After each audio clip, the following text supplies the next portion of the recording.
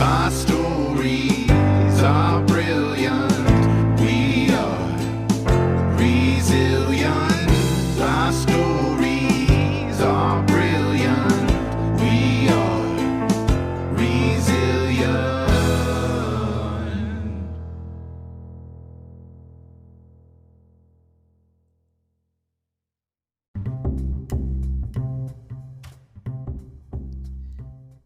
This week's episode is a continuation of the Groundwaters Live is Resilient, episode volume 1, that we featured a few weeks back. I'm very happy to be able to feature these works. My co-editor from Groundwaters Publishing, Pat Edwards, and I put out an anthology every year. And generally, to debut this anthology, we're able to have a live performance with many of our contributors where they can read their own works. Today's episode will feature some of those folks. We're not able to get everyone in, but I hope you enjoy. There's a great variety of different kinds of poetry and prose by many different authors. So thank you for listening.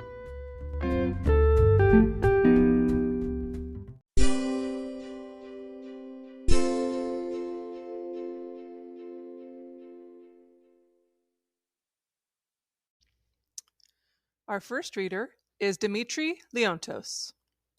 I'm Demetri Liontos, and I've written a piece called Captain's Got a New Dolly. It's based on a true story. A sloping sun announced the end of another hot summer day in Westmount. Susan Winslow felt its ebbing warmth as she rolled up the awning of her pet shop on Green Avenue, not far from the city limits of Montreal, a few blocks east. Like most shopkeepers on this busy street, Mrs. Winslow looked forward to closing time, to walk up the leafy streets to her modest 2-story home in a quieter part of town. Her trusty assistant Janet had finished feeding the animals and filling the water bowls for the night. It had been a typical day, with few sales and many questions, a routine that Mrs. Winslow actually enjoyed all these 27 years. She especially liked meeting new customers and took time to make them feel at ease among the motley stock of colorful birds, exotic snakes, turtles, hamsters, rabbits, and the usual irresistible collection of puppies and kittens. As she walked toward the front door to flip on the closed sign, it swung open and in walked a short, dark-haired man carrying a briefcase. Summer was not Gilles Dumont's favorite season. He hated schlepping his briefcase and its many forms from store to store along the hot streets of the city. Still, it was a cut above his former used car sales job, he told himself, and in a month the fall weather would make his days less sweaty.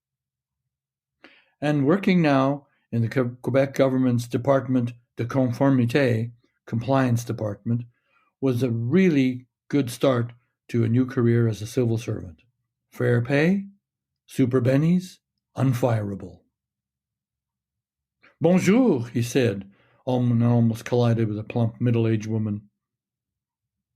Good day, mate, came a shocking squawk a few feet away. Good afternoon. Don't mind his nibs, he greets everyone who comes in, said Mrs. Winslow. We're just about to close, but you're welcome to have a look-see for a few minutes. Actually, madame, I am here on government business, said Dumont officiously, while straightening his rumpled jacket. I need to... Good day, mate. Captain's got a new dolly, squawked the bird, visibly upsetting the man. Sorry about that, sir.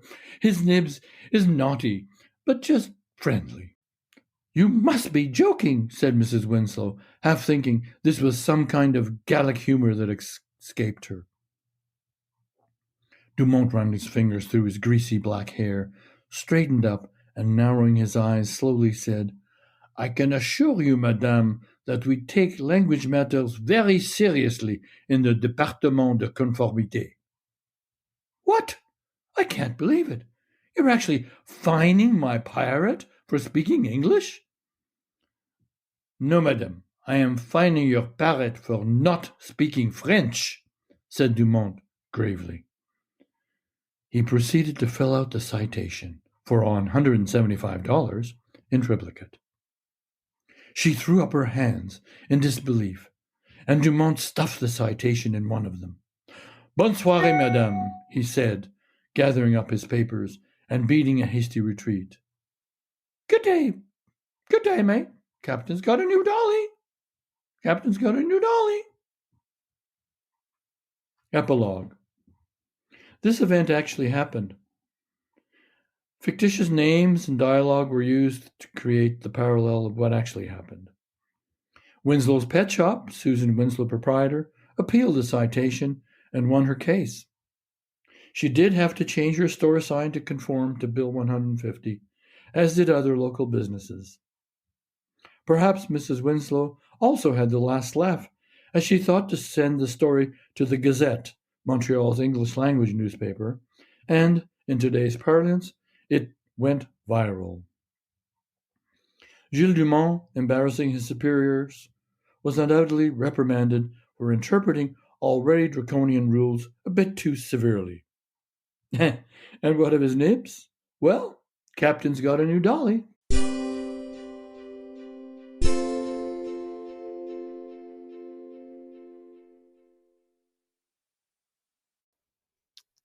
Our next reader is Evelyn Searle Hess.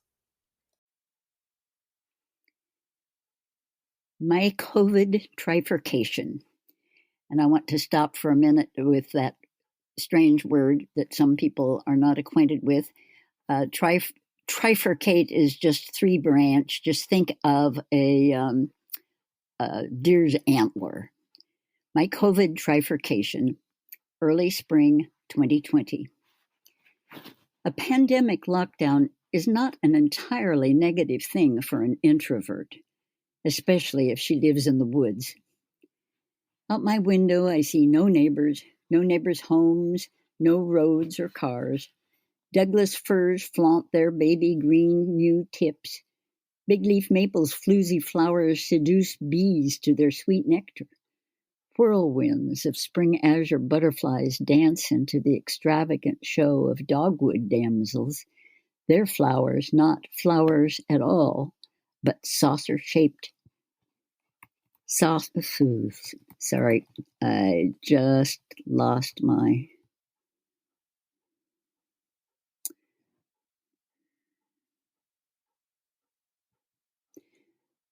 Their flowers not flowers at all, but saucer-sized groupings of glowing, leathery white bracts surrounding greenish knob of mite-sized true flowers.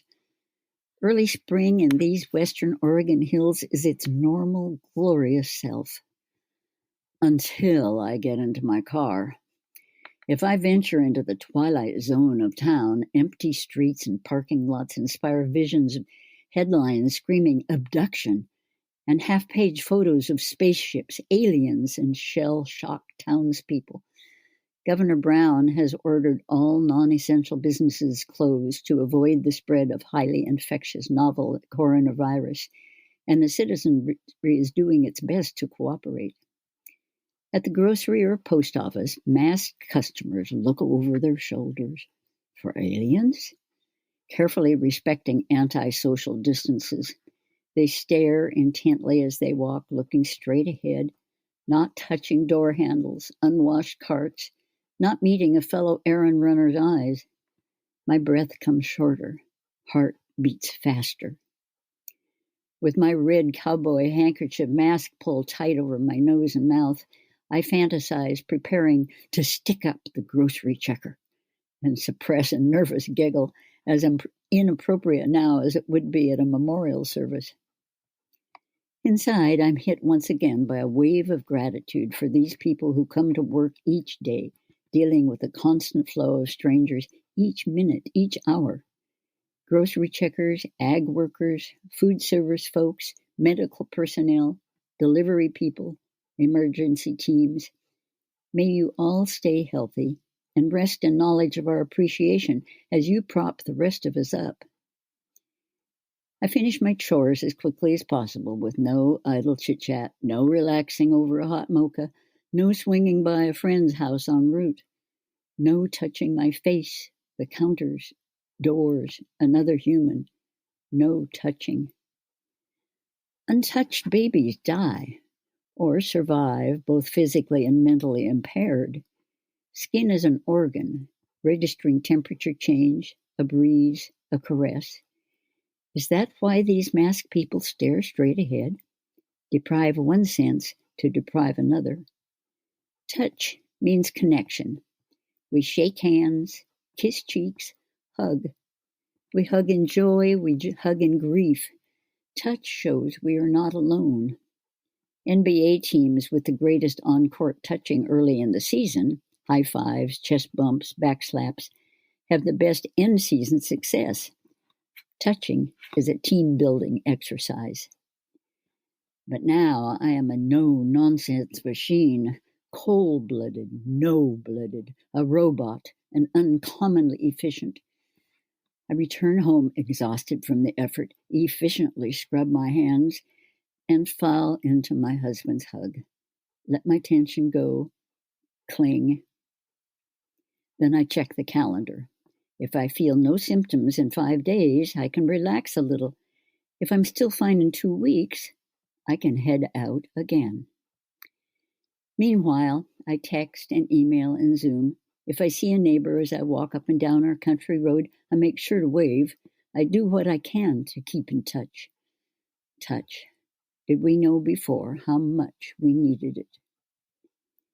If the first branch of my trifurcation is awe, gratitude, and joy, all food for the spirit, and the second is nervous anxiety and aching loss, growing from the amygdala, the third comes from the cerebrum. This novel coronavirus experience spotlights so many problems that have long been swept into dark corners, giving us the opportunity to examine and do something better. Though our local hospitals responded remarkably well, our medical system in general seemed inefficient, unprepared, disorganized, and negligently disparate. Can we truly see that now? Will we insist that we provide opportunities for fair, accessible health care for everyone? The light also shines on racial and gender inequities, allowed far too long. Native American reservations where access to running water may be inadequate or non-existent, the people often living in dwellings with extended families, are hotspots for the virus. Hand washing is declared essential to decrease viral transmission, as is social distancing. How can that happen with limited running water and group living? Because of zoning laws, redlining, and other forms of housing discrimination, African Americans have an outsized likelihood to be food insecure and have diabetes, respiratory problems, or other underlying health conditions, making them more susceptible to complications from the virus. On the East Coast, the Black population holds a majority of jobs in mass transit, deemed essential work. With 13% of the population, African Americans comprise 30% of COVID victims. On the West Coast, the Latinx population is hardest hit. Most agricultural workers are Latinx, many of whom are undocumented. This work is essential for the rest of us to eat. Ag workers often cannot practice social distancing, rarely have protective gear, usually are underpaid, and when undocumented, do not qualify for health care or other social services. Oughtn't essential workers, those crucial for our day-to-day needs, be able to expect livable wages and access to health care? Workers at the meatpacking plant in Sioux Falls, where more than 640 contracted the novel coronavirus, were mostly immigrants coming from Africa, East Asia, and Latin America. The work is demanding and exhausting in close quarters and with minimal, if any, protective gear. Other meatpacking plants have similar descriptions. Women hold the majority of jobs now deemed essential: grocery store checkers, fast food workers, but particularly in healthcare. Though increasing numbers of women are surgeons or other physicians, of the nearly 6 million healthcare jobs, paying less than $30,000 a year, 83% are held by women, and half of the workers are non-white. Women make up 73% of healthcare workers who have been infected by the novel coronavirus. Too many of these same people, the poor people of color, are also getting the first brunt of climate chaos, and many are essential workers, growing, processing, delivering our food, or otherwise filling roles our lives depend on. I am personally galled by the fact that my mostly delightful, mildly inconvenienced life is dependent on gross inequality. I was not royal born. I do not want to live in a hierarchy. Can we begin to understand that all people deserve a living wage, respect, healthful living conditions, reliable health care? Can we do something about it? But besides showing what we must change, these days of COVID-19 isolation also show what is possible. People from perpetually smoggy areas can suddenly breathe good air. We're heading for a record drop in annual global greenhouse emissions. We hear stories of profiteers and armed protesters, but those make the news because they are the outliers. What I see is people accepting sacrifices, people looking out for each other, and change deemed necessary for the common good. I see dedication, kindness, cooperation.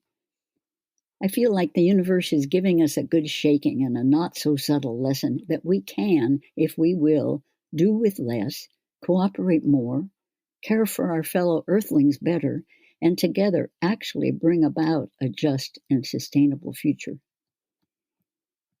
Right now, we must do what's necessary for this COVID moment, but we can understand what is, envision the world we want, and build on today's lessons for essential change. And we must maintain the health of heart and soul with time and attention in this amazing world where we garden, walk, look out the window. Oregon iris carpets the ground. Dogwood's outrageous flowers promise birds summer fruits. Wild strawberries, cheery flowers, and breaking buds on the scrambling dewberry promise mine. The world I walk in seems just as it should be, and I am touched.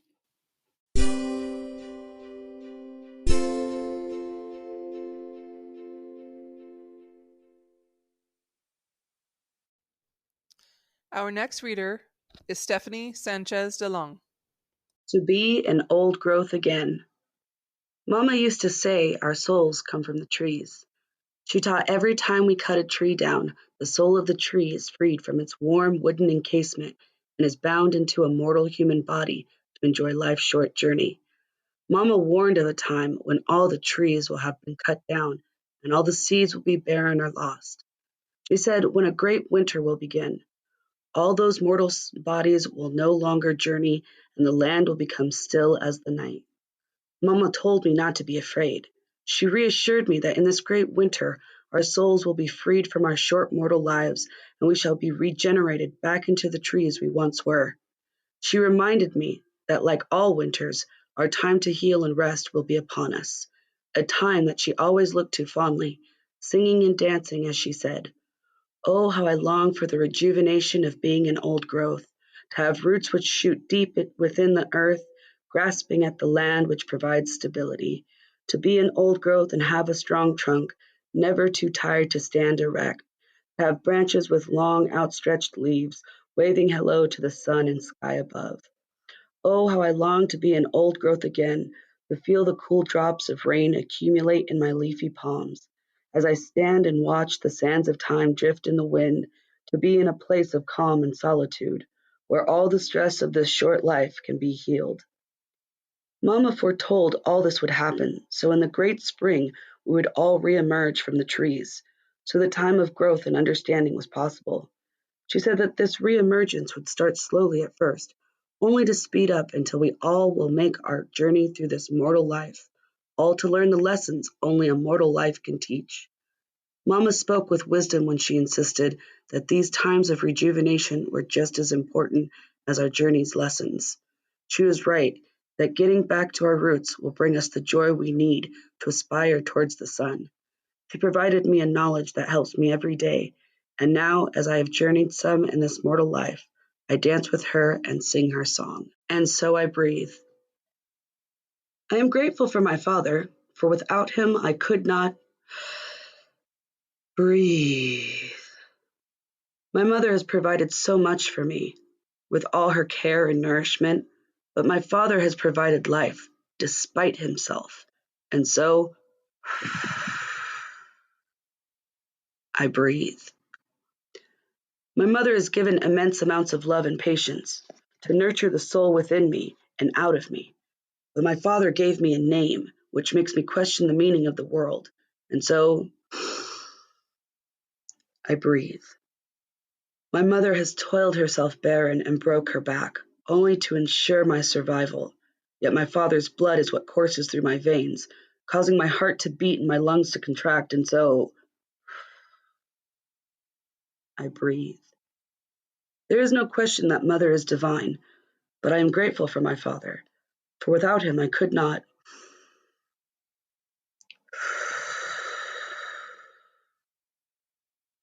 breathe.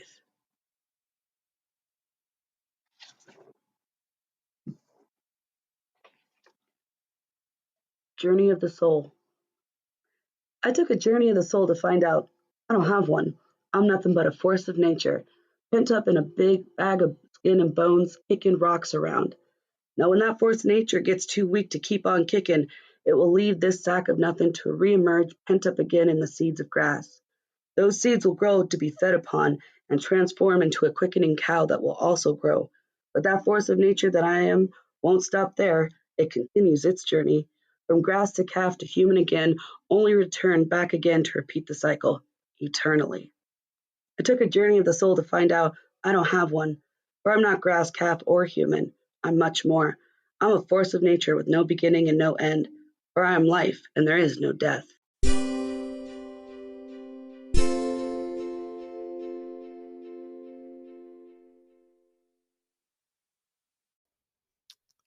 Our next reader is Evelyn Searle Hess. Old growth. Old age is not for sissies, they say. I heartily agree. But tell me, what age is? Can you imagine the courage and determination it takes for little ones to learn to stand on two legs, to make meaning out of strange babbling around them, to learn to speak the words themselves? Infants and toddlers amaze me.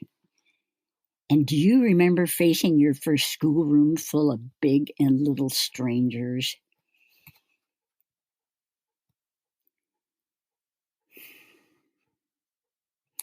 Maybe first grade, maybe kindergarten. And then there was junior high. I don't know about you, but a king's ransom couldn't pay me to face that again.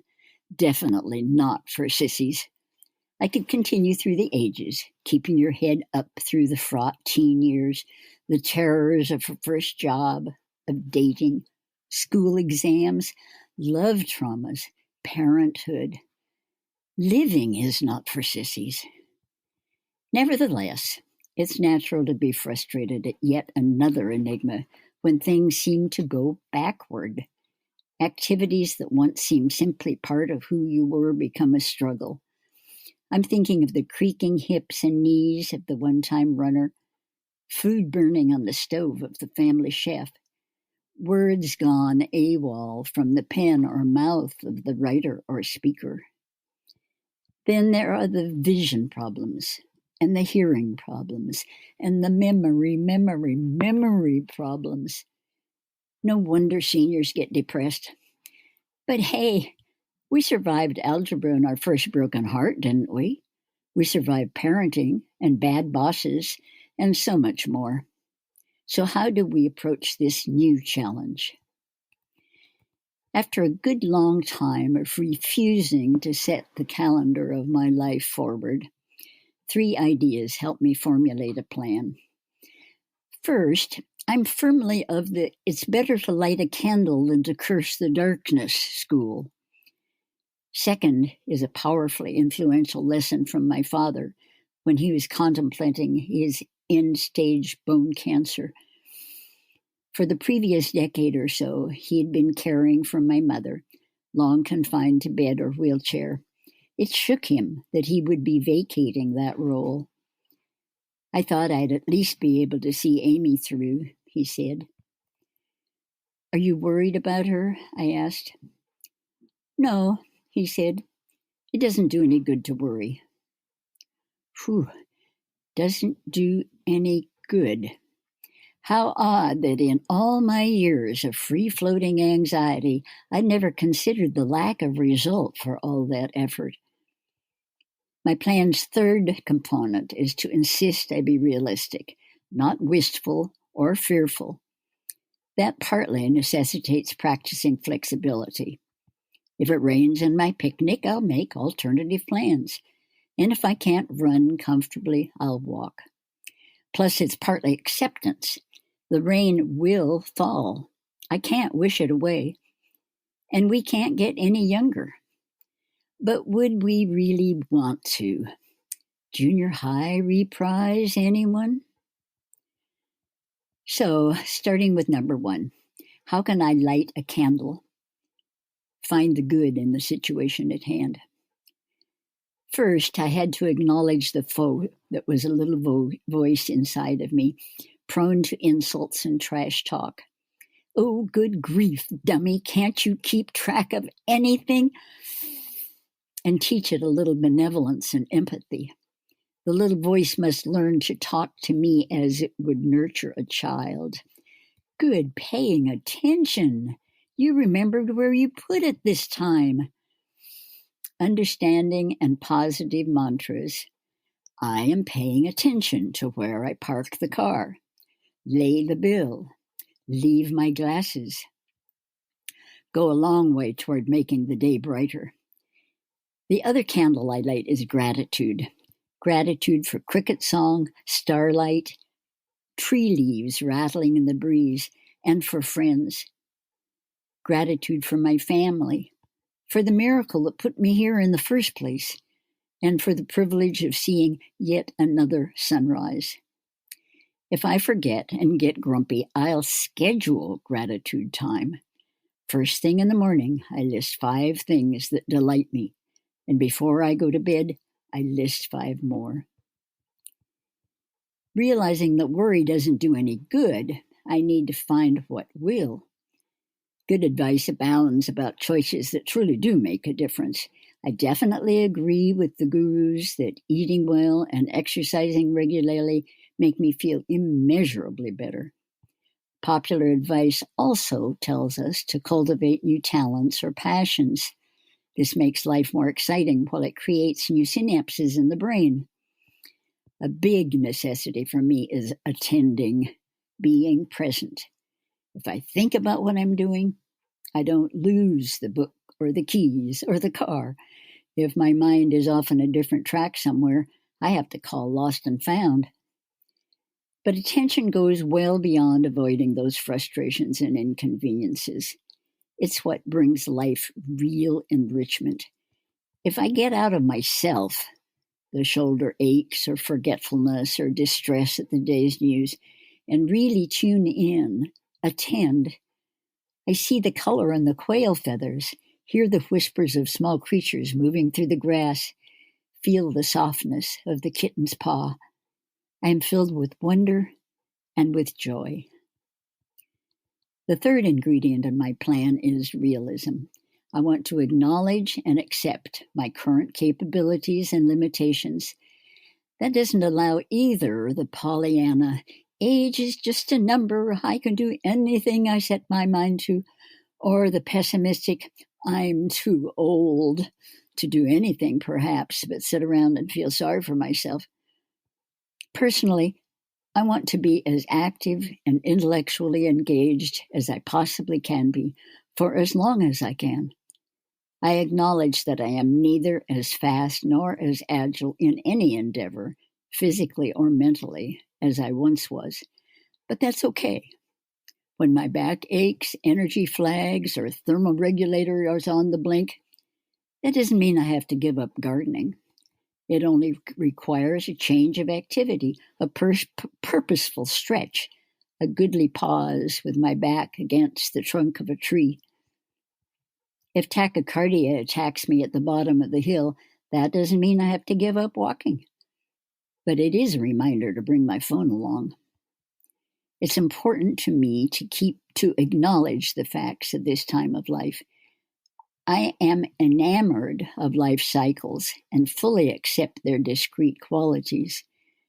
I'm delighted that I can do what I can do, but I don't consider it a negative that I can't keep up with the kids or with my younger self. I yam what I yam, as Popeye would say. Recently, I shared with a friend that I had become aware of an inner scold who heaped harsh criticism on my every mistake. My new goal, I said, was to treat my missteps gently, not as negatives. Later in the evening, I said something about being old. My friend put her hand on my arm, looked kindly into my eyes, and corrected, "Older." I just smiled, but her counsel was a clear response to my wanting to be kinder to myself, with the obvious message that old was an insult. In our culture, that is a common and, I believe, unfortunate attitude. I am older, yes, each hour of each day, but my great-grandchildren are older each day, too. I am old, and hallelujah for that. There's only one way to avoid aging. I've had many friends and relatives who didn't get to become old. David and I are celebrating our 62nd wedding anniversary. My parents made it only to their 50th. I'm approaching a decade older than a dear friend was when she died, and a decade and a half older than my little sister was. Maybe it's for their sakes, maybe for my own. But daily I suck in the good air, listen to the birds or chorus frogs or wind in the trees, and feel grateful that I am old and I am here. I formulated my approach to this stage of life by trial and error. Had I been more calculating in that past middle-aged but still hanging on stage, I could have considered the coming chapter as one might a business, but in this case, the business of living. New entrepreneurs are counseled to formulate a strategic plan, listing ways to overcome challenges to their business goals. Why shouldn't we approach living with comparable intention? Analyze the current situation, where you want to be and how you want to get there. Picture that life with its relationships, attitudes, and activities. That becomes the vision of the new chapter. What might get in the way of the vision? In my case, relationships are prime. Relationships with family, friends, and the natural world. What gets in my way is turning inward and focusing on personal inadequacies or generalizing on the state of the world, which can bring despair. I've been working on those things for a couple of decades. I've discovered it's not all about me, nor is it up to me to solve the world's problems. Still, I'm committed to directing my choices and action toward social and environmental health nationally and beyond. That is my mission. Life feels better with a goal, a raison d'etre. I'll do the best I can, then tune back in to the birds and plants, animals, and people I'm fortunate to share this world with. Meanwhile, I consider it a privilege to be experiencing this stage of life. Do we gaze into the branches of an old-growth tree and feel sorry it's not a sapling? To everything there is a season.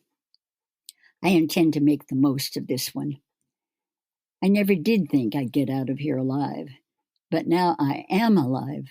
I am old, and I celebrate my great good fortune. Thank you.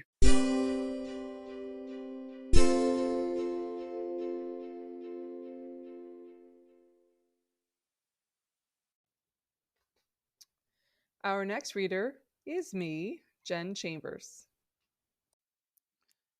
In the Gloaming by Jennifer Chambers. I dreamed of the forest again last night. It was dark and wet, and the mist-coated branches of the Douglas fir and ponderosa pine slapped my face as I tore through the woods, panting. The darkness had been so total in the dream, and the fear had been so real, it took my breath away and woke me from a deep sleep. This evening, as I was walking away from the farm, back to my car at the end of the driveway, back to my little cottage in another part of the woods, it was not quite dark yet. Looking after the farm was always a pleasure, and I loved to hear the soft, muffled sighs of the cows and the calves. My thoughts were on harvest time, the haying that my family had done, the calves sold, those kept for next year, what varieties of trees we'd cut in a few months' time to make wreaths. I felt a presence behind me on the edge of the grass, as the gravel of the drive crushed under my deliberate feet. Not wanting to show fear, my steps continued, measured, steady. A breath, or was it wind? No, it was warm, caressed my neck, and I bolted. My path veered off the long central driveway into the brush in my panic.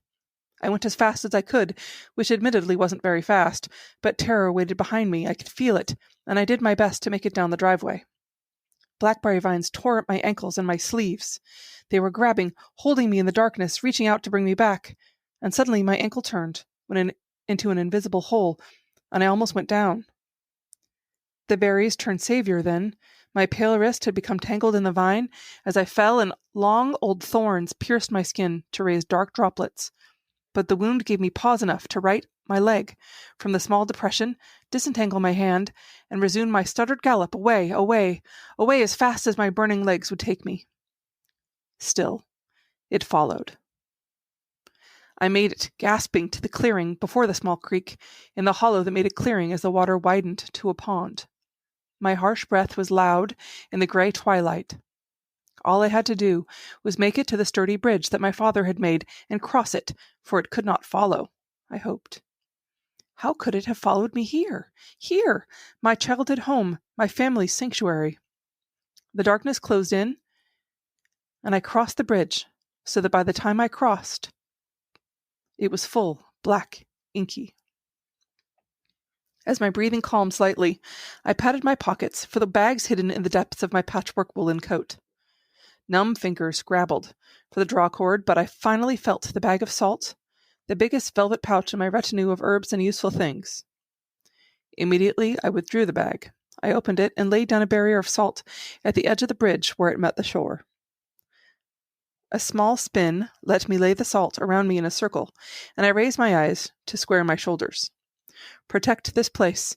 Protect me, mother and father, for I come with only goodwill, and I will not harm this place. Turning, I faced the force that had chased me. It was in the shape of a wolf, easily 5 feet at the shoulder. The creature was almost as tall as my 5 feet 9 inches. It pawed the ground at the water's edge, then turned away. It glanced back to give me one long, menacing look for the duration of 5 long breaths. To my frightened, fluttering, pounding heart, it was more than menacing, but a promise of more, or a warning, and my dream slammed panic back into my heart like a thud. It paced almost silently into the forest, away from the bridge, and away from the driveway, turning toward the main road that lay beyond the pond. I watched until it was swallowed by the darkness. At last, and it felt like a half hour had passed, I dared reach for my phone. Of course, there was no service here, not that it would have really been any good anyway. I sent out a silent thank you to the universe that my family was not at the farm, but in Australia, turned on the flashlight for my phone, and picked my way in the opposite direction, toward my old Toyota Previa. It was hard not to run full tilt. Running was at best a lurch for me anyway. Being a disabled witch was ostracizing at the best of times, and the fact that no matter what herbs I tried or ceremonies I performed, I stubbornly stayed disabled. It made me even more different than the other people of the craft, who could simply make themselves better. I slogged through the last bit of the wet path to the car and tried not to resent those others. My van, the cookie van, was a haven. It always cheered me up. Who could be angry or scared with cookies around? I turned the key, praying the latest repairs had held, and it would start. On a wish and a prayer, as my aunt would say, it did. I drove my sputtering way the few miles to my home, behind my business, the cookie cottage. I needed to think about bringing some other practitioners in on those dreams, and protect myself from the reality that the dreams seemed to have intruded upon.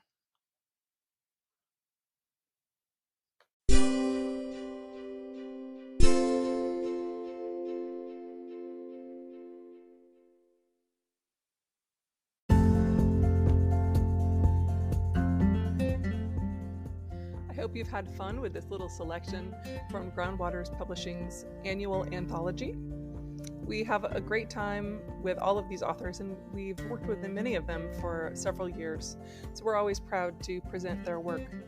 If you want any more information, please visit www.groundwaterspublishing.com, or if you'd like to contact me, you can always go to my website, www.youareresilient.net. if you'd like to contact me, or if you have a story that you'd like to share of your resiliency.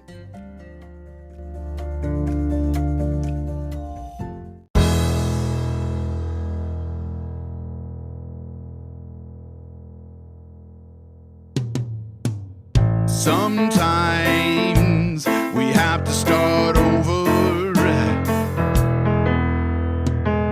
Sometimes we have to fight back. Sometimes it's all too much. Lost inside the black.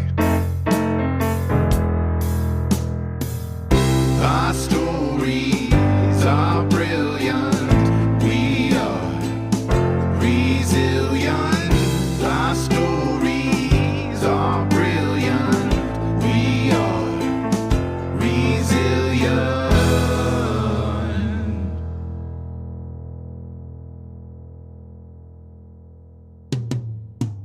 Sometimes we need to lift the voices of those who've overcome and expose the ones that made the choices to stay and fight, not run.